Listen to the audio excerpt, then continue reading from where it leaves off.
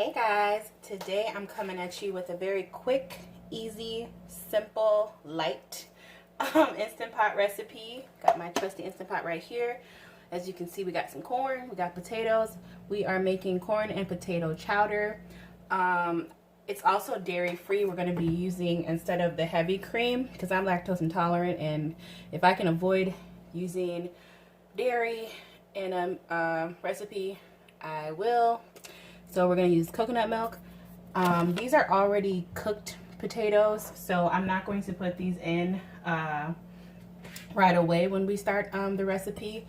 I'm using fresh corn, but I understand that everybody does not have access to fresh corn right now. You can use 2 cans of corn. If that's all you have, it works perfectly fine.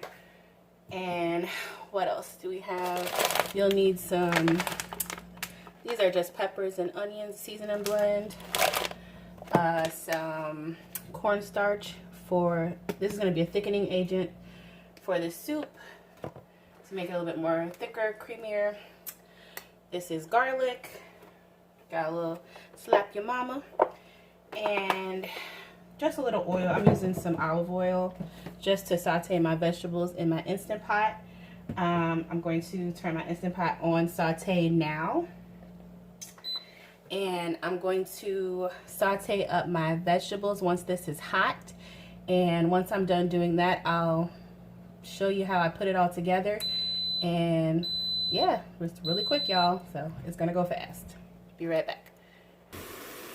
Okay, now we are cooking. These are just the onions. And there's red pepper in the seasoning bag. But if you just have it fresh, that works too. I was just using that as a cheat. I'm gonna put in my garlic, about a teaspoon garlic, and saute that for about a minute or so, just to get everything going. It's smelling good already.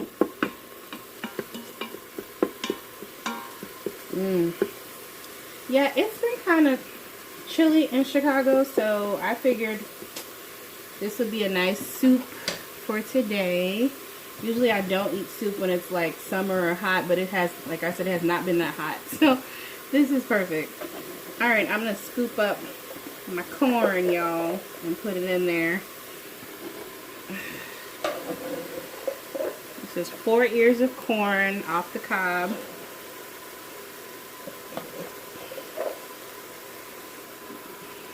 You can use more if you like, but I probably wouldn't use less than 4 or enough to make 4, like 2 cans of corn, or at least 4 cobs, because I mean it is a corn chowder. You want it to be real corny. So put the rest of this corn in there. There we go. Move the stuff out the way. This around. Okay. This going. It's looking good. I haven't had this in a while. It's super easy and fast, but I just haven't made it in a while. So I thought I'd share it with y'all, and y'all can give it a try. I'm using, can y'all see me? Well, not me, but the ingredients. This is bone broth. I usually encourage using your own homemade bone broth. I actually just made some, but I froze it, and I don't know, I wanted to use it for another recipe, so this is just as good, you know. Another organic Aldi find from Aldi's. I'm going to use most of this, about probably 3 cups worth. I'm going to see how much most of this goes. I don't want it too watery. I want it to be kind of chunky still. Okay, that seems like enough, I think. So we're going to put potatoes in here too, but not yet. I'm not adding my potatoes yet because, like I said earlier, I had leftover baked potatoes, and those were already cooked, and I don't want them overcooked. So I'm going to cook this corn and all my veggies for a few minutes in the Instant Pot first. And then I'm going to put my potatoes in at the end, so they're not all mushy and turns into mashed potatoes, because you don't want that. You want nice thick chunks. So okay, that's in there. Again, this is non-dairy. We're using coconut milk, and I like the flavor of coconut milk too, and it's a good replacement if you are trying to avoid dairy. I am lactose intolerant, so when I can avoid dairy, I will. Okay, this is looking a lot more creamier. This needs to just be stirred around. Break that down. It'll break all down when it's getting pressure cooked anyway, but just stir it through. Trying to get those pieces of, there we go. And I'm gonna add some fresh black pepper in here. I like pepper, y'all, so that's how I'm putting that. I'm actually gonna put a little bit of Slap Your Mama, not too much because I don't want to overpower it, just for some flavor, y'all. Not too much, just some sprinkles, because I don't want to mask the taste of the corn, because that's the whole point of this, is to have a corn chowder that's very corn tasting. But I did want to add a little bit of flavor to it, so that's in there. Ooh, that pepper got me wanting to sneeze, y'all. Y'all know when you gotta sneeze and it don't come out. That's where we at right now. I'm gonna put a little bit of cornstarch, just regular old cornstarch. And I'm gonna put some water first. Well, actually, I'm just gonna use a little broth and a little cornstarch just to thicken it up, and it's better to add the cornstarch to a little bit of liquid before you put it into your soup or whatever you're making. You just mix it up first so it's not real chunky and chunk up in your soup. Nobody wants lumps of cornstarch or flour. You can use flour too. I'm just happen to be using cornstarch right now. Okay, so this is all good. I'm going to press cancel on my Instant Pot and switch over to pressure cook. You can also press soup or broth. It doesn't really matter. But I like using my pressure cook, or if you have another Instant Pot, I know they have the manual button. That's just pressure cook as well. So I'm going to cancel, turn this off because it was on saute when I was sauteing the vegetables. Now I'm going to put it on pressure cook. Only for 10 minutes, guys. Just 10 minutes. That's it. And then I'm going to, I'm not going to let it naturally release because it doesn't need that much cooking. I'm just going to quick release it. Once the 10 minutes are up, I'm going to pop the potatoes in. And I'm going to let those heat all the way through. Yeah, so I'll be back because I'm going to show you how I'm going to finish this soup off, because I'm also going to use my emulsion blender to blend up the soup a little bit to get some of the chunks. And yeah, so I will be back, y'all. See you in a minute. Okay, it is done.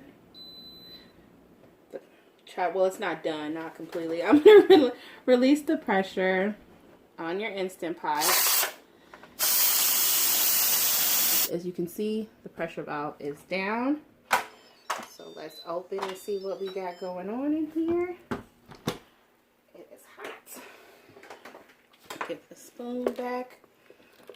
And here we go. I'm going to put some butter in here because it's corn and butter, y'all. And we got the potatoes. These are already cooked. That's why I'm adding them in at the end. And I'm going to close the Instant Pot again just so they can warm all the way through. I didn't want to put them in while the stuff was cooking because, like I said, they're already done and I didn't want mashed potato. I want them to just stay chunky and yummy. So yeah, y'all. I'm going to give this a good stir. And then I'm actually going to do my little emulsion blender stuff right now. You can also do this with taking some, this is my emulsion blender. You can also take like a couple of cups or a cup of this soup or chowder and put it in the blender just so you can get the same effect. This is a lot easier because I don't have to transport anything, and the only thing I have to clean at the end is this. So I'm going to blend up a little bit of this just to get it creamy and, you know, all good and yummy. So here we go.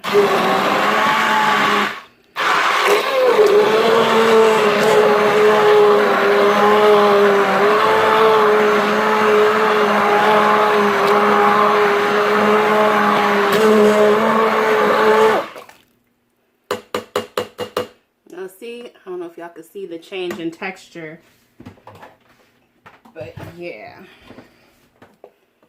It's a lot. You see that? Like the little bits of the corn and the potato that have broken up in there. But this isn't done yet, y'all. Because these, I want this potato to, you know, get heated all the way through. And there's enough heat in this pot that I can just close it for about 5 minutes or so. And everything will be heated through. And we can taste it and make sure it's seasoned properly. And I'll come back with that in a minute. Okay, guys, everything should be warmed all the way through. Got my ladle, got my bowl. Let's plate this or bowl this, whatever you want to say. I'm not gonna mukbang this because I'm about to go watch the season finale of How to Get Away with Murder. But I'm gonna sprinkle a little bit of green onion on top. Get another spoon. And we can give this a taste. I did off camera add more seasoning to it because y'all, it was super bland.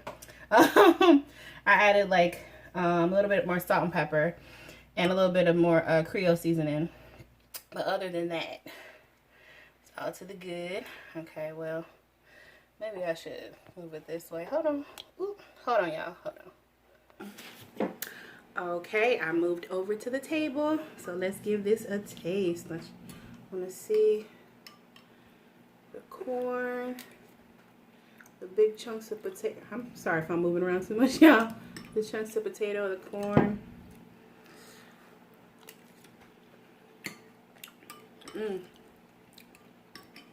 That's good. Yeah, y'all, like I said, it has not been that hot in Chicago, so this is a nice little comforting, really light. And I mean, you can make it completely dairy-free with using the coconut milk. This isn't dairy-free because I put the butter in, but you can omit that as well. I just like that buttery taste with corn and potatoes. Also, people put bacon in theirs. I didn't want that. I really just wanted the corn flavor. This is a perfect summer, like, you know, when corn is ample, you can use fresh corn. This would go great with a sandwich. I don't have a sandwich right now, but this would go great with a sandwich. But yeah, y'all. Really good. Right. Very light. But yeah, that is my corn chowder. If you guys decide to give it a try or make it, let me know. Until next time, I will see y'all later. Love you, love you, love you. Peace. Bye. Bye-bye.